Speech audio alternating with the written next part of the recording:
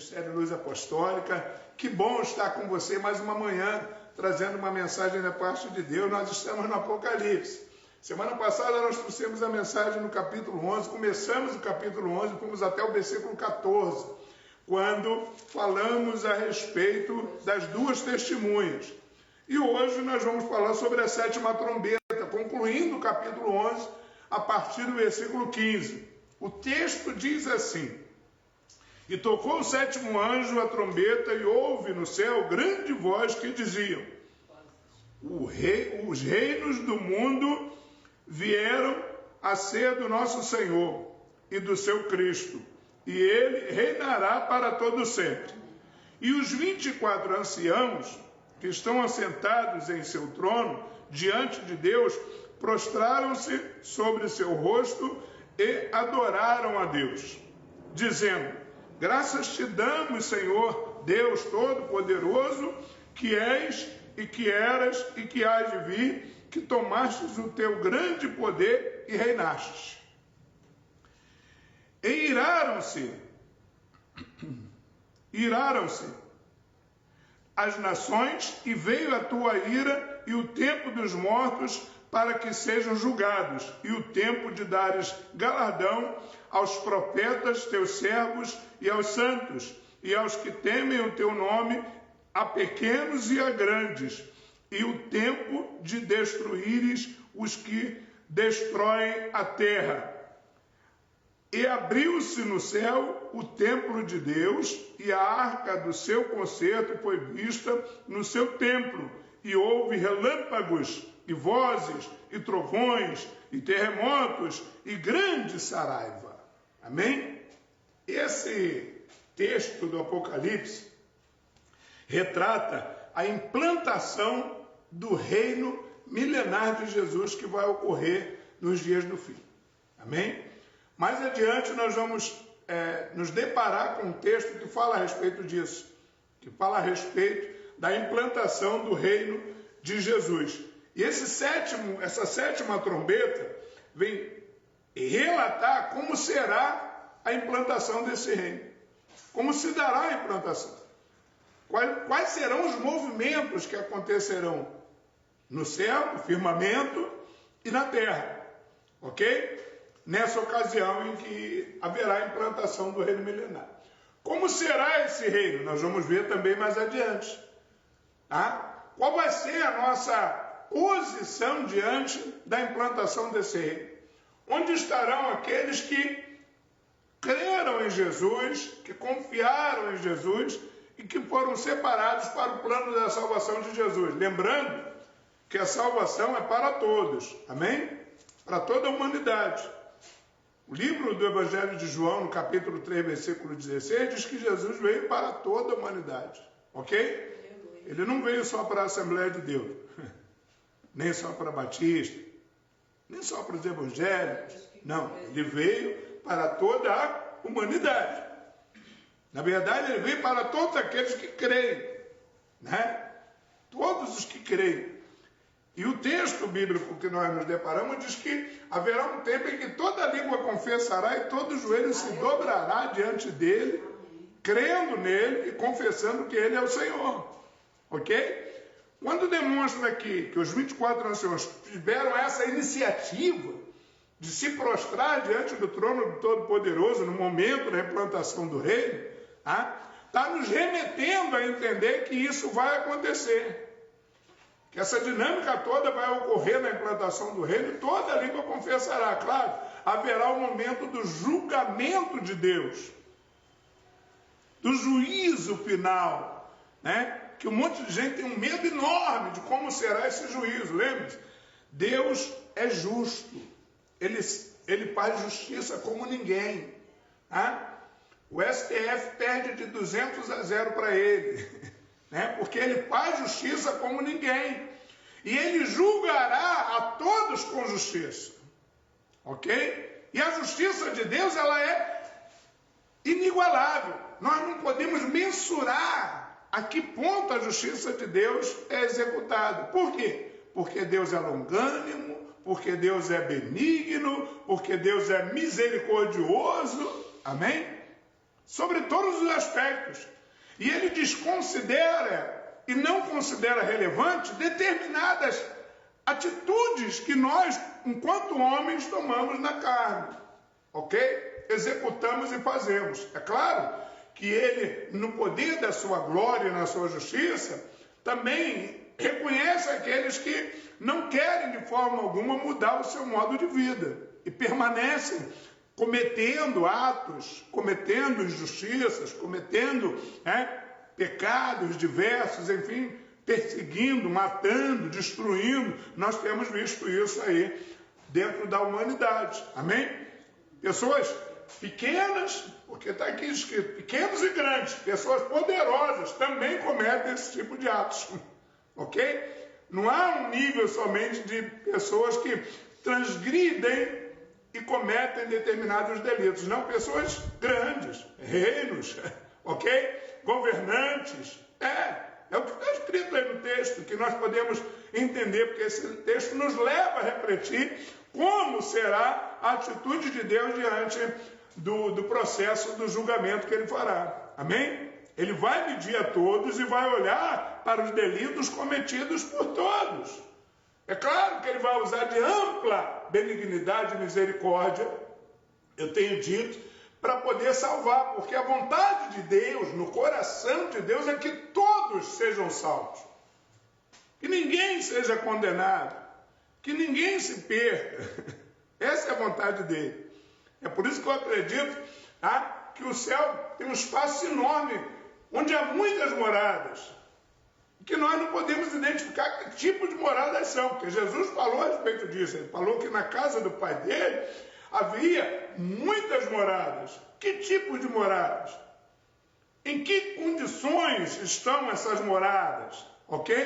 Para quê? Para serem habitadas. Por quem? Por toda a humanidade que será salva. Amém?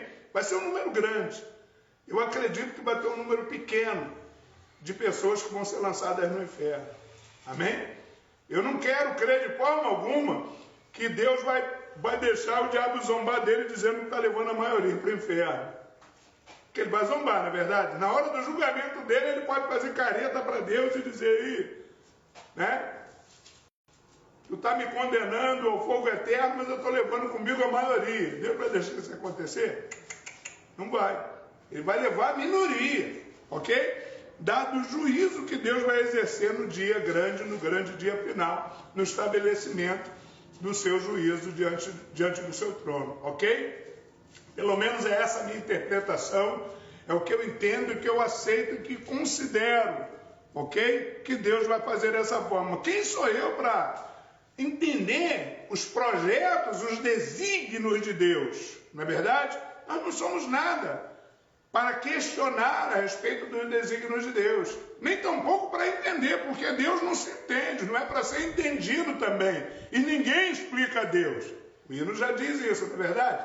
Ninguém explica, a gente não pode explicar, nós vamos até onde nós podemos, e essa é a interpretação que eu faço desse texto, que traz para nós essa versão a respeito da implantação do reino, ok? E já traz aqui informações de como será o juízo que Deus vai fazer com pequenos e grandes, né? E como vai ser a destruição, como vai ser o julgamento daqueles que destroem a terra, daqueles que destroem aquilo que Deus construiu. Tá? Quando faz essa menção aqui, está fazendo menção de uma forma ampla e geral, né? Aqueles que buscam destruir aquilo que Deus construiu, o que infelizmente é o que muitas pessoas fazem, não é verdade? Desdenhos fazem daquilo que Deus fez, daquilo que Deus construiu no universo. Então aí o último versículo nos remete dizendo: e abriu no céu o templo de Deus, e a arca do seu concerto foi vista no seu templo. É uma visão dada por João. João teve essa visão, provavelmente, daquilo que Deus tinha de aliança com o povo ao qual ele pertencia, o povo de Israel, ok? Aí ele faz menção ao maior instrumento que os israelenses, né, se curvavam diante, tinham fé, tinham a convicção da sua fé, que era a Arca da Aliança, ok? a Arca da Aliança. Nós, enquanto cristãos evangélicos, nós temos como referência o próprio Jesus, não é verdade? Nós nos curvamos diante da pessoa de Jesus. Jesus é a nossa Arca da Aliança, ok? Então a visão de João, que ele remete aqui, é que ele viu essa arca, né? E aí houve, diz ele, na sua fala, na sua escrita, que houve relâmpagos, tá? E vozes, trovões, e terremotos, e saraiva, tá? Ele viu tudo isso acontecer, e são fenômenos da natureza, tá? Que ele observou acontecendo naquele grande dia fatídico, no grande dia final, no grande dia da implementação do reino e do juízo de Deus, ok? São fenômenos que acontecem na natureza e que nós nos deparamos com ele no nosso dia a dia. Aí nós imaginamos, porque quando a gente vê um grande temporal, a gente vê raios, não é verdade? E a gente toma cada um susto, trovões, tal. São fenômenos da natureza que espantam a beça. Imagina aquele dia, isso acontecendo tudo ao mesmo tempo. Tudo acontecendo no mesmo momento, né? É para a gente poder entender. Bem, como nós já entendemos, o vocabulário de João, nos textos que ele escreve sobre as visões e revelações que ele está tendo, ele se limita ao vocabulário que ele tinha na ocasião e faz as comparações ao que ele tinha para comparar na ocasião, ok? Diferente do que ele faria se ele tivesse a visão e a revelação no século 21. Claro que o vocabulário seria outro. Se João tivesse nascido no Brasil, tivesse na Ilha das Cobras, a visão dele seria outra. O escrito dele seria outro, completamente diferente. Com coisas mais próximas a nós, vocabulário diferente. Mas nós louvamos a Deus que nos dá, pelo Espírito Santo, o entendimento sobre cada versículo, cada palavra, cada colocação feita por João. E nós temos outras afirmações que são referências diversas que nos levam a refletir a respeito desse texto, a respeito desse contexto, em outras partes da Bíblia que nos levam para poder entender os significados de todas essas coisas. Você encontra aí na sua Bíblia, no rodapé, diversas referências que te encaminham e te levam a ter uma interpretação melhor, tá? Agora, cabe a você, claro, né, entender, para poder você chegar a ter uma, digamos assim, uma solução, uma definição exata daquilo que você está lendo, ok? Aí é só um auxílio, é só uma orientação, um encaminhamento para que você possa entender. Apocalipse se estuda dessa forma.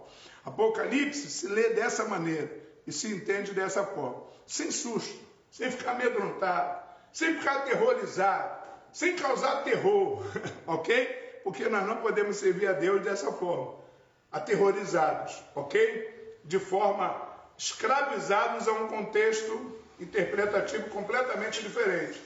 Submissos, subalternos, com medo de Deus ao invés de ter temor de Deus. O temor não tem nada a ver com medo, ok? Nada a ver com medo. Deus não quer que nós tenhamos medo dele. Não, ele quer que nós tenhamos uma relação íntima, inclusive, ok? Sem medo. Não temos que ter medo de Deus. O que Deus mais quer é se relacionar conosco, conversar conosco todos os dias, nos revelando algo sobrenatural, ok? Ele pode e quer te revelar coisa sobrenatural. Depende da sua fé, depende do seu querer, depende do seu desejo e da sua postura diante da presença dele. O que Deus fez com João, para que nós hoje tomemos conhecimento, foi escrito, está aqui contido nesse contexto, ele pode fazer comigo e com você.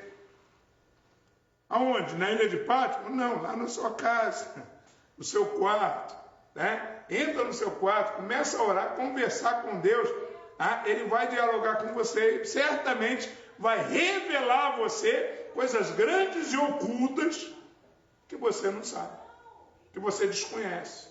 Para que isso? Para te dar uma melhor qualidade de vida, para te conduzir melhor na sua caminhada e na sua trajetória. Deus age dessa forma conosco. Amém? Deus quer agir assim com cada um de nós. Nós precisamos ter mais intimidade com Deus. Deus é grande. Nós cantamos aqui diversos hinos mostrando quão grande é o nosso Deus. Quão poderoso é o nosso Deus. Não é verdade? Ele é grande em nós. Nós somos pequenininhos. Mesmo Ele sendo grande, Ele habita em nós. Não foi isso na letra do hino? Estava falando? Que coisa tremenda. Maravilhoso isso. Não é verdade? É muito bom. Então nós temos que estar prontos para entender os mistérios de Deus na nossa vida. Os mistérios de Deus apocalípticos. Os mistérios de Deus escatológicos. Tá? O que essas coisas e como elas vão acontecer. Já aconteceram. Estão por vir. Tá? Estão acontecendo no nosso dia. A gente está vendo aí um monte de coisa acontecendo. A natureza se movimentando. Né? N coisas acontecendo no mundo, no nosso país. Nós temos que identificar essas coisas, tá, que já foram reveladas outrora. Porque diz aqui o texto que ele vai dar galardão aos profetas que falaram sobre isso. Muitos profetas já vieram, nós somos profetas de Deus. Continuamos a profetizar fatos e acontecimentos, ok? Mas antes de nós vieram outros profetas que falaram a respeito. Eles serão galardoados porque falaram, porque ensinaram, porque mostraram ao povo, porque orientaram um determinado grupo de pessoas, pequeno ou grande, o grupo de pessoas, mas eles falaram a respeito, orientaram, instruíram e não se furtaram em guardar o conhecimento só para si, a revelação só para si, a interpretação do texto só para si, ok? Não, eles não se furtaram, eles foram usados por Deus. Isso é ser profeta. Tá? Ser profeta é não guardar para si aquilo que Deus te fala, aquilo que Deus te revela, mas contribuir com Deus no sentido de orientar outras vidas a respeito daquilo que lhe foi revelado, para que essas vidas tomem atitudes, tomem decisões, corrijam a sua orientação de vida, melhorem a sua qualidade de vida e vivam de forma melhor fisicamente, lembrando que haverá uma vida posterior no plano espiritual eterno, ok? Porque a vida não acaba. Deus criou a vida e a vida ela é eterna, amém? É nisso que nós cremos, na eternidade divina. Nós viveremos para sempre. Nesse corpo? Não. Esse corpo ele é mortal. Tá? Esse corpo ele é mortal. E além de ser mortal, ele também é transformável. Porque Deus pode transformar esse corpo aqui em um corpo divino. Amém? Então a gente precisa crer nisso. Acreditar nisso. E viver sob essa experiência, esperando que Deus nos revele coisas grandes e firmes que nós não sabemos. Quando isso acontecer, seja um profeta nas mãos de Deus. Ser profeta é isso, ok? Ser profeta não é sair falando em línguas, não é sair sapateando, saracoteando, demonstrando um poder imensurável de Deus sobre você, sobre a sua vida. Não, não é nada disso. Até porque Deus não precisa de nada disso. Amém? Ok? Ser profeta é passar conhecimento, é passar informação, é interpretar junto, buscar transmitir a mensagem de Deus de forma esclarecida, prestar a Deus um culto, né, agradável, tá? Um culto racional, não irracional, tá? Não adianta nada, eu disse na sexta na igreja que eu preguei, não adianta nada eu conduzir essa igreja ao emocionalismo, porque vocês não vão entender nada que eu falar. É importante que nós tenhamos aqui um raciocínio lógico, que nós fiquemos aqui na base do racional, para a gente poder ter a compreensão, e no final das contas a gente vai levar isso para casa. E toda essa palavra que eu estou dizendo aqui, você vai refletir ao longo da semana. Você que está aí me acompanhando nessa live, na sua casa, vai refletir ao longo da semana. E refletindo sobre isso, você vai entender que você é um instrumento de Deus na terra, para falar e transmitir mensagens a respeito das coisas que hão de vir e hão de acontecer, porque Deus vai revelar para você. Amém? Esteja pronto para ser revelado por Deus, para ser um instrumento de Deus, um profeta de Deus. Você quer galardão? seja um profeta. O galardão é para os profetas. Amém? Né? É para geral, não. Você quer ser galardoado? Seja um profeta de Deus. Profetiza. Profetiza na vida das pessoas. Profetiza o quê, pastor? Profetiza que Deus ama ela. Profetiza que Deus guarda ela. Profetiza que Deus protege ela.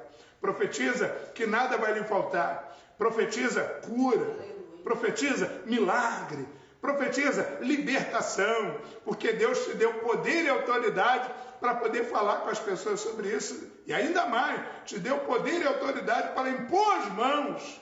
Amém? E transmitir a essas pessoas esse poder miraculoso que vem de Deus e está em nós, para abençoarmos vidas. Amém? Se você crê, você verá a glória de Deus. Se você crê, você não só verá, mas você experimentará e distribuirá a glória de Deus, a graça de Deus sobre a vida das pessoas. Amém? O poder da salvação é pela graça. Pela graça sois salvos, por meio da fé em Cristo Jesus. E isso não vem de vós, é dom de Deus. Amém? E essa fé entronizada em nós nos leva a fazer a obra de Deus. E o que é fazer a obra de Deus se não transmitir a mensagem do Evangelho? Transmitir a mensagem do amor de Deus. Quando a oportunidade você tiver, esteja você no ambiente que estiver, você precisa ser um instrumento nas mãos de Deus. Que Deus nos abençoe, nós possamos entender as mensagens aqui transmitidas a João, reveladas a João apocalípticas. Na semana que vem nós estaremos no capítulo 12, vamos falar sobre a mulher e o dragão. Vamos entender também um mistério tremendo. O pessoal faz um mistério tremendo a respeito disso, falam N coisas, mas nós vamos compreender melhor esse texto do capítulo 12 e vamos caminhando em direção ao capítulo 22. São 22 capítulos do livro do Apocalipse. Nós vamos estar no capítulo 12, que contém 17 versículos. Nós vamos entender essa revelação dada a João sobre a mulher e o dragão. A mulher e o dragão. Há quem diga que é Estados Unidos e China. Vamos entender esse contexto direitinho. Semana que vem eu te convido a estar conosco nessa live, acompanhando a mensagem que nós vamos trazer sobre o capítulo 12 do Apocalipse, a revelação dada a João, a mulher e o dragão. Que Deus lhe abençoe, estude esse texto, venha semana que vem estar conosco e que Deus lhe abençoe. Eu oro pela tua casa, pela tua família, pelo teu lar, pedindo ao Senhor, abençoa, Senhor, essa família, abençoa esse lar, abençoa essas vidas que estiveram conosco nessa live. Muito obrigado, nós te louvamos e te agradecemos.